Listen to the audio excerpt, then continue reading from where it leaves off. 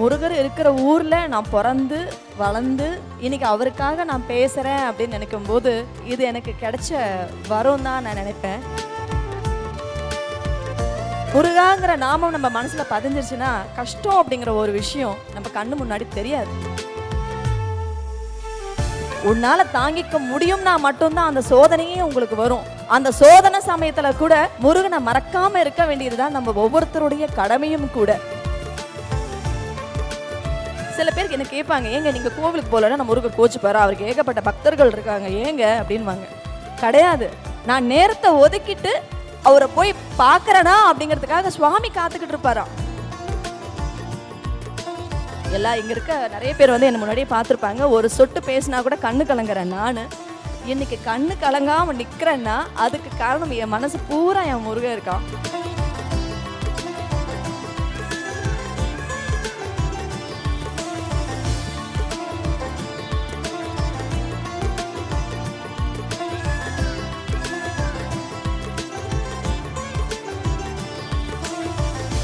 Sri Varahi TV வழங்கும் முருகன் என்னும் மந்திரம் இந்த ஆன்மீக நிகழ்ச்சி அற்புதமாக ஆறுமுகனினுடைய அருளோடு தொடங்கி இருக்கின்றது. நம்மளுடைய சிறப்பு விருந்தினர்கள் எல்லாம் முன்னிருக்கக்கூடிய இந்த தருணத்தில் வாராகி டிவி பற்றி சொல்லணும் அப்படின்னா நிறைய நிகழ்வுகள் எல்லாமே அவங்களுடைய ஒவ்வொரு விஷயமுமே ஆன்மீகம் சார்ந்த தேடலாகவும் ஆன்மீக பயணமாகவும் இருந்திருக்கின்றது. திருத்தலங்களை தேடி தேடி சென்று பக்தர்களிடம் கொண்டு போய் சேர்க்கக்கூடிய திருப்பணியை செய்து கொண்டிருக்கக்கூடியவர்கள் 2025 வாராகியும் நானும் என்ற நிகழ்வின் மூலமாக நம்மளுடைய ஸ்ரீ வாராகி டிவிக்கு அற்புத புது உறவுகள் எல்லோருமே இணைந்தார்கள். அதன் பிறகு இந்த 2026 மகா வாராகி பக்தி நிகழ்ச்சி நடந்தது. அதன் பிறகு அதே இந்த வருடத்தில் சித்திரை கலை விழா, அதுவும் ராஜலட்சுமி அம்மா அவங்க இந்த உறவுகள் எல்லாருமே நம்ம வாராகி தொலைக்காட்சியோட டிவியோட தொடர்ந்து பயணம் செய்து கொண்டே இருக்கின்றார்கள். இந்த சிறகு எப்பொழுதும் விரிய வேண்டும். இன்றைக்கும் அது பறந்து விரிந்து ஆன்மீக உலகில் தனித்துவத்தை பதிக்க வேண்டும் என்ற எண்ணத்தோடு முதலாவது நபரை அழைத்து விடலாம் இல்லையா? முதலாவது நபராக இந்த மேடைக்கு தொலைக்காட்சி முதல் நமக்கு வந்து இந்த தொலைக்காட்சியில் தொகுப்பாளர்கள் அப்படின்னு சொல்லும் பொழுது அந்த முதல் பட்டியலில் எடுத்தீங்கன்னா நிச்சயமாக இவங்களுடைய பெயர் வகிச்சிருக்கும். சக்தியை வந்து வழிபடக்கூடிய அன்பு அம்மு அவர்கள், அம்மு ராமச்சந்திரன் அவர்கள், மன அளவில் யாரெல்லாம் வந்து கஷ்டமாக இருக்கீங்களோ ஒரு 5 நிமிஷம் அவங்க கிட்ட பேசினா போதும். நமக்கு என்ன பிரச்சனை, நமக்கா பிரச்சனை, நமக்கு பிரச்சனையே இல்லைப்போ அப்படின்ற மாதிரி நம்ம மனசை மாற்றி மகிழ்வாக நம்மளுடைய மனநிலையை மாற்றக்கூடிய மாயக்காரின்னு சொல்லிடலாமா இல்லையா? இந்த ஆறுபடை முருகனில் இந்த 6 முகத்தின் அனுபவத்தை எங்களுக்கு நீங்க சொல்லணும். ஒரு அரங்கு நிறைந்த கைத்தட்டலோடு அம்மு ராமச்சந்திரன் அவர்கள் இதோ உங்கள் முன்னால். ஓம் கண் கணபதியே நமக.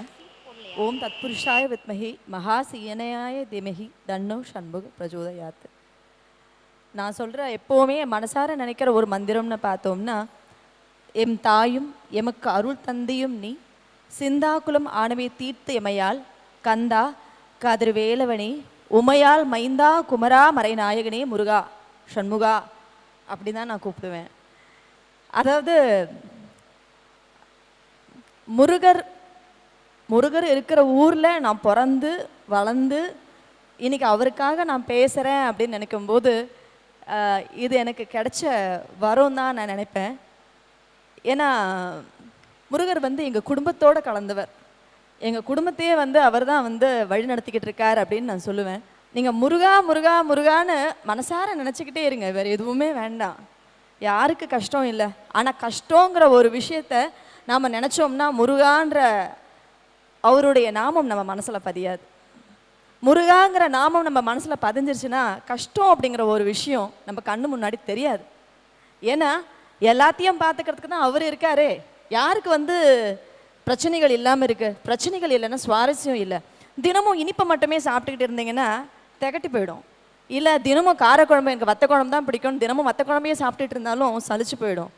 ஆனால் எல்லாமே கலந்துருந்தா தான் வாழ்க்கை. எதுவுமே இல்லாமல் ஃப்ளாட்டாக அவங்க சந்தோஷத்தை மட்டுமே ஒருத்தங்க அனுபவிச்சுட்டு இருந்தாங்கன்னா அதில் எந்த ஒரு சுவாரஸ்யமும் கிடையாது. ஆனால் நம்ம முருகனுக்கு எதற்காக நன்றி சொல்லணும்? அதாவது எல்லார்கிட்டையுமே ஒரு நிறைய பதிவுகளில் கூட பார்ப்பேன், முருகனை நம்ம கும்பிட்டோம்னா நிறைய சோதிப்பார் ஆனால் கைவிட மாட்டார்னு. கிடையாது. இது வந்து அந்த கருத்துக்கு நான் வந்து வேறு மாதிரி தான் நான் யோசிப்பேன். இந்த மேடைக்காக நான் எந்த ஒரு ப்ரிப்பரேஷனுமே நான் பண்ணலை. என் மனசில் என்ன தோணுதோ அதை தான் உங்ககிட்ட நான் எக்ஸ்ப்ரெஸ் பண்ணுறேன். ஒரு சோதனை வருதுன்னா அந்த சோதனையை சமாளிக்கிறதுக்கான ஒரு சக்தியை கொடுத்து அதில் இருந்து மீட்டு கொண்டு வந்து உட்கார வைக்கிறவரும் முருகப்பெருமான் தான். அந்த சோதனையே நமக்கு கொடுக்குறார் அப்படின்னா உன்னால் தாங்கிக்க முடியும்னா மட்டும்தான் அந்த சோதனையே உங்களுக்கு வரும். அந்த சோதனை சமயத்தில் கூட முருகனை மறக்காமல் இருக்க வேண்டியது தான் நம்ம ஒவ்வொருத்தருடைய கடமையும் கூட. இது என்னுடைய பலமா இல்லை என் மனசு அந்த அளவுக்கு முருகன் மேலே பைத்தியமாக இருக்கான்னு கூட எனக்கு தெரியாது. ஏன்னா அவர் தான் என்னுடைய உயிர். நான் டியூஸ்டே அப்படின்னு மைண்டில் வச்சுப்பேன். இது ஆல்மோஸ்ட் ஒரு 25 இயர்ஸ்க்கு மேலே அந்த டியூஸ்டே வேணா என் வடபழனி முருகரை பார்க்கலன்னா எனக்கு என்ன ஆகும்னு தெரியாது. அந்த அளவுக்கு அவரை போய் பார்த்துடணும். அதுதான் என்னுடைய ஒரே மைண்ட் செட்டாக இருக்கும். குழந்தையிலிருந்து தாத்தாவுடைய கையை பிடிச்சிட்டு நான் முருகப்பெருமானை போய் பார்க்க போவேன், வடபழனி ஆண்டவரை போய் பார்க்க போவேன். இப்படி தான் தினமும் காலையில் 4 மணிக்கு எழுந்து தாத்தா கந்தசஷ்டி கவசம் பாடுவார். தாத்தா எழுந்துக்கிறாருன்னே அவர் பக்கத்தில் எழுந்து நானும் உட்காந்துருப்பேன். அவர் கந்தசஷ்டி கவசம் முடித்த பிறகு அவர் பக்கத்தில் உட்காந்து படிக்க ஆரம்பிப்பேன். அதாவது கந்தசஷ்டி படிக்க ஆரம்பிக்க மாட்டேன். அவர் படித்து முடித்தோடனே நல்லா கவனமாக கேட்டுட்டு என் புக்கை திறந்து படிக்க ஆரம்பிச்சிடுவேன். இப்படி தான் ஏர்லி மார்னிங் படிக்கிற பழக்கம் எனக்கு வந்தது. தமிழ் சுத்தமாக வந்ததற்கான ஒரு முக்கியமான காரணம் என்னன்னு பார்த்தோம்னா, தினமும் காலையிலையும் சாயந்தரமும் எங்கள் தாத்தா கந்தசஷ்டி படிப்பார். அதை கேட்பேன். நான் ஸ்கூலுக்கு போகிற வரைக்கும் கந்தசஷ்டி கந்தகுரு கவசம் இதுதான் ஓடிக்கிட்டே இருக்கும். இப்படி தான் மனசுக்குள்ளே பதிஞ்சு ஒரு கட்டத்துக்கு அப்புறம் அந்த கந்தசஷ்டியை மனப்பாடமாக சொல்கிற அளவுக்கு தினமும் காலையில் எழுந்த உடனே சொல்லிக்கிட்டே இருப்பேன். எந்த வேலை செய்கிறதா இருந்தாலும் சொல்லிக்கிட்டே நான் செஞ்சிட்ருப்பேன். நான் ஓட்ட ஆரம்பித்த அடுத்த நொடியில் இருந்து கந்தசஷ்டி சொல்லிக்கிட்டே இருப்பேன். இப்படியே போயிட்டுருக்கும். அதாவது ஒன்றுமே இல்லைங்க. முருகருக்கு பிடிச்ச ஒரு விஷயம் என்னென்னா, அவர் நம்ம மனசுக்குள்ளே இருக்காருன்னு தெரியும். இருந்தாலும் நான் வீட்டிலே இருந்து முருகரை கும்பிட்டுக்கிறேன் அப்படிங்கிறவங்களுக்கு ஒரே ஒரு விஷயம் என்னென்னா, முருகர் நீங்கள் வாங்க வாங்க வாங்கன்னு யாரையும் கூப்பிடல. ஆனால் அவருடைய ஆசை என்னென்னா, என்னுடைய குழந்தைங்க என்னை தேடி பார்க்குற அளவுக்கு ஒரு சில நிமிடங்கள் கொஞ்ச நேரத்தை ஒதுக்கிட்டு என்னை பார்க்க வராங்களா அப்படின்னு காத்துட்ருப்பாராம். அவர் காத்துக்கிட்டு இருப்பார். அதாவது சில பேருக்கு என்ன கேட்பாங்க, நீங்கள் கோவிலுக்கு போகலன்னா நம்ம முருகர் கோச்சுப்பாரா, அவருக்கு ஏகப்பட்ட பக்தர்கள் இருக்காங்க அப்படின்வாங்க. கிடையாது. நான் நேரத்தை ஒதுக்கிட்டு அவரை போய் பார்க்குறேனா அப்படிங்கிறதுக்காக சுவாமி காத்துக்கிட்டு இருப்பாராம். இவ வராளா இல்லையான்னு சுவாமி எதிர்பார்த்து காத்துட்டு இருப்பாராம். இதுக்கு ஒரு சின்ன உதாரணம் என்னென்னா, ஒரு சமயம் நான் நம்ம சிஎம்முடைய அப்பா திரைப்படம் எஸ்.ஏ. சந்திரசேகர் சாருடைய படத்தில் நடிச்சிட்டு இருந்தேன். அந்த திரைப்படம் நான் கந்தசஷ்டி சமயத்தில் தினமும் சாப்பிடாம இருப்பேன். 6வது நாள் சூரசம்ஹாரம் முடிச்சுட்டு தான் சாப்பிடுவேன். அப்படி இருக்கும்போது அங்கிள் கிட்ட நான் சொன்ன ஒரு விஷயம் என்னென்னா, அங்கிள் எனக்கு வடபழனி ஆண்டவர் திருக்கோவிலில் சூரசம்ஹாரம் நிகழ்வு நடக்குது. எனக்கு எவ்வளோ சீக்கிரம் 6 o'clock முடிஞ்சிடும். பட் என்னென்னா கொஞ்சம் எக்ஸ்ட்ரா சீன்ஸ்லாம் எடுக்க வேண்டியது இருந்தது. அதனால் கொஞ்சம் லேட் ஆகிடுச்சு. நான் அடித்து பிடிச்சி ஒரு 9 மணி வண்டியை மெயின் ரோட்டில் எங்கேயோ ஒரு இடத்துல நிறுத்திட்டு நான் பாட்டுக்கு ஓடுறேன். இது ஐ திங்க் ஒரு 5 வருஷத்துக்கு முன்னாடி இருக்கும்னு நினைக்கிறேன். ஓடுறேன். ஓடிட்டு ஸ்ட்ரெயிட்டாக போயிட்டு உள்ளெல்லாம் இல்லை, அந்த பப்ளிக் லைன் நிற்கும் பார்த்தீங்களா, அந்த இடத்துல புடவை தான் கட்டியிருக்கேன். அப்படியே பூந்து மேலே ஏறி நின்றுட்டேன். ஏறி நின்று உள்ளே பார்க்குறேன். அப்போ தான் சுவாமிக்கு சூரசம்ஹாரம் முடிச்சுட்டு வேலை கொண்டு வைக்கிறாங்க. நான் கேட்குறேன், மணி 9 மணிக்கு மேலே ஆகுது, என்ன இப்போ அப்படின்னா, இல்லை இன்னைக்கு கட்டுக்கடங்காத கூட்டம் அப்படிங்கிறதுனால எல்லாத்தையுமே கொஞ்சம் பாஸ் பண்ணி வச்சுருந்தாங்க. கொஞ்சம் இந்த பப்ளிக்கெல்லாம் நிதானமாக நிற்கட்டும் அப்படின்னு பொறுத்திருந்து பொறுமையாக தான் சூரசம்ஹாரம் நடந்தது. அதனால் சூரசம்ஹாரம் முடிச்சுட்டு இப்போ தான் சுவாமியுடைய வேலை கொண்டு உள்ளே வைக்கிறாங்க அப்படின்னு சொல்லி அடுத்த நிமிஷம், ஏன் இங்கே நிற்கிறீங்க, உள்ளே வாங்கன்னு சொல்லிட்டு நான் உள்ளே போய் நிற்கிறேன். சுவாமியுடைய கையில் வேலை வைக்கிறாங்க. என்ன விஷயம்னா, நம்ம வருவோமான இந்த அனுபவம் ஒவ்வொருத்தருக்குமே இருக்கும். ஒவ்வொருத்தரையும் வந்து எதிர்பார்த்து முருகப்பெருமான் காத்துக்கிட்டு இருப்பாரு. இதுக்காக நம்ம தினமும் ஓடணும் அப்படின்னு நான் சொல்ல வரல. அதாவது நீங்கள் உங்களுக்குன்னு ஒரு டைம் வச்சுருப்பீங்க.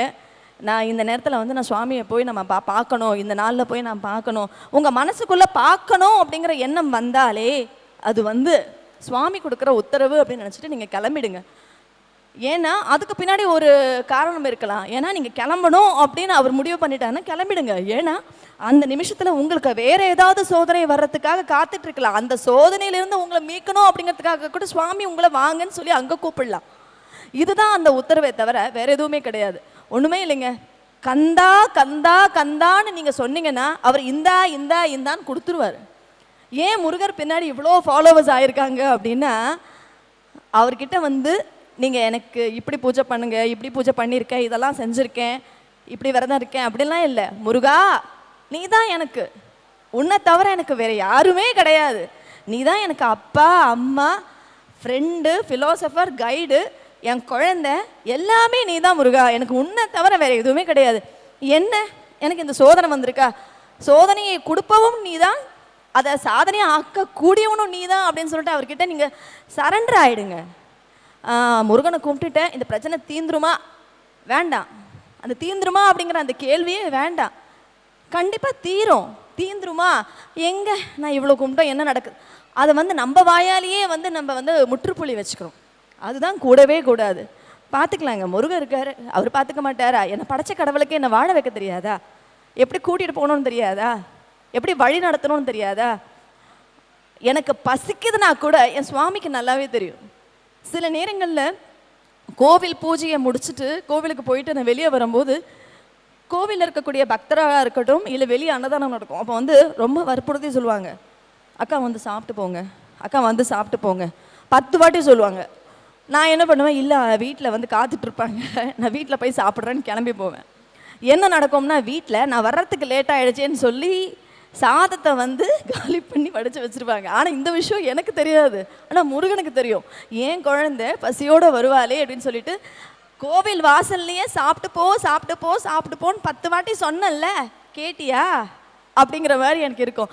அந்த நிமிஷத்துலேருந்து இன்னைக்கு வரைக்கும் யார் வேணா இருக்கட்டும், அம்மா சாப்பிட்றியா அப்படின்னு ஒரு வார்த்தை கேட்டால் மறுக்கவே மாட்டேனே. கொடுங்க சாப்பிட்றேன். யார் கொடுக்குறாங்க, என்ன கொடுக்குறாங்க அப்படியெல்லாம் கிடையாது. சாப்பிட்றியா அப்படின்னு அடுத்த நிமிஷம் சொன்னால் என் சுவாமியே வந்து சாப்பிட்றியா அப்படின்னு. இதே மாதிரி வந்து இன்னொரு விஷயம் நடந்தது. இது வந்து ஸ்ரீரங்கத்தில் நடந்தது. என்ன எனக்கு ஒரு பழக்கம்னா, எங்கே போனாலும் முருகா அப்படின்னு தான் கும்பிடுவேன். ரொம்ப பசி, காலையில் ஒரு 8:30 மணி, செம பசி. ஸ்ரீரங்கம் பெருமாள் கும்பிட்றதுக்கு முன்னாடி வெளியே வந்து பரிகாரத்தில் சுவாமி வணங்கிட்டு இருக்கேன். வணங்கிட்டு சுவாமி, அதாவது பசியோடு ஏன் சுவாமியை வணங்கக்கூடாதுன்னு சொல்லுவாங்கன்னா, பசியில் இருக்கும்போது சுவாமி பசிக்குதே அப்படின்னு கண்ணை மூட்டிகிட்டே வேண்டிகிட்டு இருக்கேன். இப்படி பண்ணிகிட்டு இருக்கேன். கையில் வந்து ஒரு தொன்னையில் பிரசாதம் இருக்குது. என்னன்னு கேட்டால், இந்தம்மா சுவாமிக்கு படைச்ச பிரசாதம் எடுத்துக்கோ அப்படின்னாங்க. ஆஹா, இவ்வளோ இப்படி ஃப்ராக்ஷன் ஆஃப் செகண்டில் வந்து சுவாமிக்கு கேட்குதே அப்படிங்கிற மாதிரி இருந்தது. அதாவது இது எதுக்காக சொல்கிறேன்னா, நம்முடைய ஒவ்வொரு அசைவையுமே வந்து சுவாமி பார்த்துட்டு இருக்கார். நம்ம நினச்சிக்கிறோம் இது அவங்களுக்கு தெரியாது, இது இவங்களுக்கு தெரியாது அப்படின்னு கிடையவே கிடையாது. ஒவ்வொரு விஷயத்தையும் சுவாமி கவனிச்சிட்ருக்கார். 2 விஷயம், 2 பேர்கிட்ட இருந்து நம்ம யாருமே தப்பிக்க முடியாதுங்க. இரவு பகல். இந்த இரவு பகல் அப்படிங்கிறது தினம் தினம் சுழற்சி ஆகிக்கிட்டே இருக்குது. அதாவது நம்ம ஒவ்வொருத்தரும் செய்யக்கூடிய விஷயங்களும் வந்து கர்மாவின் அடிப்படையில் தான் நடக்குது. நம்ம முடிஞ்ச வரைக்கும் எல்லாருக்கும் நன்மையே செய்வோம், கண்டிப்பாக நமக்கு நன்மையே நடக்கும். என்னை பொறுத்த வரைக்கும் என் முருகனுடைய அருளாலத்தான் இன்றைக்கி வந்து பவுன்ஸ் பேக் ஆகி நான் இங்கே நிற்கிறேன் அப்படின்னா, பிகாஸ் எங்கள் அம்மா தவறி 4 மாதம்தான் ஆகுது. ஆனால் நான் திரும்பவும் சிரித்த தருணம்னு பார்த்தோம்னா, எங்கள் அம்மா தவறி ஒரு 15ஆவது நாளில் தைப்பூசம், 16ஆவது நாள் முடிஞ்ச ஒரு 2 நாளில் வந்து தைப்பூசம். அக்கா என்னக்கா அப்படின்னு என்னுடைய டீம் சொன்னாங்க. இல்லை, எனக்கு முருகனை பார்த்தே ஆகணும் அப்படின்னு சொல்லிட்டு முதல் வேலையாக போயிட்டு என்னுடைய முதல் போஸ்ட் என்னுடைய சோஷியல் மீடியாவில் போட்டது தைப்பூச திருவிழான்னு போட்டது தான் முதல் போஸ்ட். ஏன்னா எனக்கு முருகன் மேலே இருக்கிற நம்பிக்கை, அவர் எது செஞ்சாலும் என் நல்லதுக்கு தான் செய்வார். அவர் எனக்கு பெரிய சோதனை கொடுத்தாலும் சரி, இல்லை ஒருவேளை எங்கள் அம்மா அதுக்கு மேலே கஷ்டப்படக்கூடாதுன்னு ஒரு சுவாமி நினச்சிருக்கலாம், இல்லை எங்கள் அம்மாவை வந்து சுவாமிக்கு ரொம்ப ரொம்ப பிடிச்சிருக்கலாம், இப்படிலாம் நான் நினைப்பேனே தவிர எனக்கு சுவாமி மேலே ஒரு சொட்டு கோபம் கூட வரல. ஏன்னா எங்கள் அம்மா வந்து ஹாஸ்பிட்டலைஸ்ட் ஆயிருந்த சமயத்தில் வடபழனி ஆண்டவர் திருக்கோவிலில் போயிட்டு செவ்வாய்க்கிழமை மதியம் மடிப்பிச்சை எடுத்தேன். மடிப்பிச்சை எடுத்தப்போ அங்கே இருக்கவங்க அத்தனை பேருமே வந்து ஒரு 15 மினிட்ஸில், ஒரு 15 நிமிஷத்தில் நான் மடி பிச்சை எடுத்துகிட்டு இருப்போம். அந்த மடியை நிரம்பிடுது. அதுவும் என்னென்னா சில்லறை கிடையாது, எல்லாமே 500 ரூபா, 100 ரூபா, 200 ரூபா ஃபுல் நிரம்பிடுச்சு. அவங்க சொன்ன ஒவ்வொருத்தரும் என்னென்னா, அதாவது உங்களுக்கு முருகன் காது கொடுத்து கேட்கலன்னா வேறு யாருக்குங்க கேட்பான் அப்படின்னாங்க. என்ன ஒரு விஷயம்னா, நான் எந்த நாளில் மடி பிச்சை எடுத்தனோ அன்றைக்கி காலையிலேயே வந்து எங்கள் அம்மாவுக்கு வெண்டிலேட்டர் வைக்க வேண்டியதாக இருந்தது. சொன்ன அடுத்த நிமிஷம் எனக்கு வேறு யாரையும் கூப்பிடணும்னு தோணல, என்ன பேசணும்னு தெரியல, என்ன டிசைட் பண்ணணும்னு தெரியல. பிகாஸ் நம்ம எல்லாருமே வந்து அம்மா அப்பா குழந்தைங்கன்னு சொல்லும்போது பிளாங்க் ஆகிடுவோம். எனக்கு தெரிஞ்ச ஒரே ஒரு வார்த்தை, என் ஃபோனை அப்படி எனக்கும் தெரியாமல் என் ஃபோனில் வந்து முருகரோட ஃபோட்டோ தான் இருக்கும். அப்படி கட்டி பிடிச்சிட்டு முருகா முருகா முருகா முருகா முருகன் கண்ணில் தண்ணி வருது, அதுதான் வருது. நீங்கள் நம்ப மாட்டீங்க, ஒரு 1/4 மணி நேரம் கழித்து என்ன சொன்னாங்க, மேம் அவங்களுக்கு பிபி ரைஸ் ஆகிடுச்சு, வெண்டிலேட்டர் அவசியம் இல்லை அப்படின்னாங்க. அன்றைக்கி மதியமே போய் சுவாமிக்கு இல்லை வேண்டியதெல்லாம் முடிச்சுட்டு வந்தேன். அடுத்த செவ்வாய்க்கிழமை விடியற்காலையில் தான் எங்கள் அம்மாவோட உயிர் பிரிஞ்சது. அதுக்கு ஒருத்தங்க என்கிட்ட சொன்னாங்க, ஒரு வாரம் உன் கூட உங்கள் அம்மாவை இருக்க வச்சான்ல, அந்த சந்தோஷம் போதாதான்னு யாரோ ஒருத்தர் மூலமாக என்கிட்ட என் காதில் சொன்னாப்புல. எனக்கு வந்து வார்த்தைகளே இல்லை. ஏன்னா அந்த ஒரு வாரம் எங்கள் அம்மா என் கூட இருந்தது எனக்கு ஒரு பெரிய பொக்கிஷமாக இருந்தது. ஏன் அப்போவே வெண்டிலேட்டர் வச்சுருக்கலாம் இல்லையா? அந்த ஒரு வாரம் என் கூட பேசினாங்க, என் கையை பிடிச்சிக்கிட்டு இருந்தாங்க, என்கிட்ட சிரித்தாங்க, எல்லாமே இருந்தது. அந்த ஒரு வாரம் எனக்கு ஒரு பெரிய விஷயமா இருந்தது. அப்படி இருக்கும்போது எனக்கு இவ்வளோ, அதாவது இங்கே இருக்க நிறைய பேர் வந்து என்னை முன்னாடியே பார்த்துருப்பாங்க, ஒரு சொட்டு பேசினா கூட கண்ணு கலங்குறேன். நான் இன்னைக்கு கண்ணு கலங்காமல் நிற்கிறேன்னா அதுக்கு காரணம் என் மனசு பூரா என் முருகன் இருக்கான். அவர் எது செஞ்சாலும் என் நல்லதுக்காக தான் செய்வாப்புல. என்னை என்றைக்குமே என் முருகன் கை விடவே மாட்டான். நான் தடிக்க விடுறேன்னா கூட ஒன்றுமே இல்லை. இதோட என்னுடைய உரையை நிறைவே செஞ்சுக்கிறேன். நிறைய பேர் இருக்காங்க. திருவண்ணாமலை திருக்கோவிலுக்கு நான் போனேன். அப்போ வந்துட்டு உள்ளே வந்துட்டு செக்யூரிட்டிஸ் வந்து கூட்டிகிட்டு போயிட்டு இருந்தாங்க. கூட்டிகிட்டு போயிட்டு இருக்கும்போது என்ன டைம் ஆகிடுச்சு, மதிய பூஜையை சாயந்தர பூஜை சாயரட்ச பூஜைக்காக பிஸி ஆகிடும் அப்படிங்கிறதுக்காக ரொம்ப ஃபாஸ்ட்டாக நடக்கிறேன். ஃபாஸ்ட்டாக நடக்கும்போது உங்களுக்கு தெரியும், ரைட் சைடில் உள்ளே போகும்போது பிரகாரத்தில் முருகப்பெருமான் இருப்பார். நீங்கள் கவனித்து பார்த்துருந்தீங்கன்னா உங்களுக்கு தெரிஞ்சிருக்கும், முருகப்பெருமான் இருப்பார். அதாவது நான் கோவில் உள்ளே போன உடனே இல்லை, மூலவருக்கு முன்னாடி அங்கே உள்ளே போகும்போது நான் உள்ளே படி ஏறுறேன். படி ஏறும்போது தடுக்கிட உடனே முருகா அப்படின்னு சொன்னேன். ஒரு சின்ன குழந்தையோட கை, இது சத்தியங்க, சின்ன குழந்தையோட கை என்னோட கையை இப்படி இறுக்கி பிடிச்சிருச்சு. ஒரு சின்ன குழந்தையோட கை வந்து என் கையை பிடிச்சி நிறுத்த முடியுமா? ஏன்னா ஒரு குழந்தை, என்னுடைய பலத்தை அது எப்படி தாங்கும்? அப்படி நிமிந்துட்டு அந்த அவசரத்தில் போயிட்டு இப்படி உள்ளே போயிட்டு இப்படி திரும்பி பார்க்குறேன். எந்த குழந்தையும் அங்கே போகல.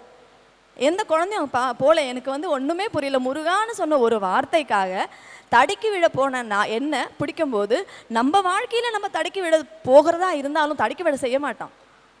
பிரச்சனை வருதுன்னா அது வந்து நமக்கு தைரியத்தை கொடுக்கணுங்கிறதுக்காக தான் முருகன் அந்த சோதனையே கொடுப்பான். அதனால் மனசார நீங்கள் கண்மூடித்தனமாக ஒன்றுமே வேண்டாம், முருகா நீ தான் எனக்கு எல்லாமே, எனக்கு உன்னை தவிர வேறு எதுவுமே கிடையாது. என் அப்பா உண்மையாகவே எனக்கு அப்பா அம்மா ஃப்ரெண்டு ஃபிலோசஃபர் கைடு எல்லாமே என் முருகன் தான். என் முருகன் வந்து அங்கே போய் விடுன்னு சொன்னாலும் நான் விழுந்துருவேன். அந்த அளவுக்கு அவர் மேலே நான் உயிராக இருக்கேன். அதுக்கு மேலே என் முருகன் என் மேலே பாசமாக இருக்கான். இதோட இந்த உரையை நிறைவு செஞ்சுக்கிறேன். இந்த வாய்ப்பினை நல்கிய வாராகி டிவி தொலைக்காட்சிக்கும் என்னுடைய மனமார்ந்த நன்றி. Thank you so much Aarthi. And நீங்கள் வந்திருக்க அத்தனை சிறப்பு விருந்தினர்களுக்கும் என்னுடைய மனமார்ந்த நன்றி. முருகனுடைய புகழை பேசணும் கேட்கணும்னு வந்திருக்க அத்தனை பேருக்குமே என்னுடைய மனமார்ந்த நன்றிகள். கண்டிப்பாக உங்களுடைய வாழ்க்கைகளையும் நிறைய திருப்புமுனைகள் ஏற்படும். வெற்றிவேல் முருகனுக்கு அரோகரா.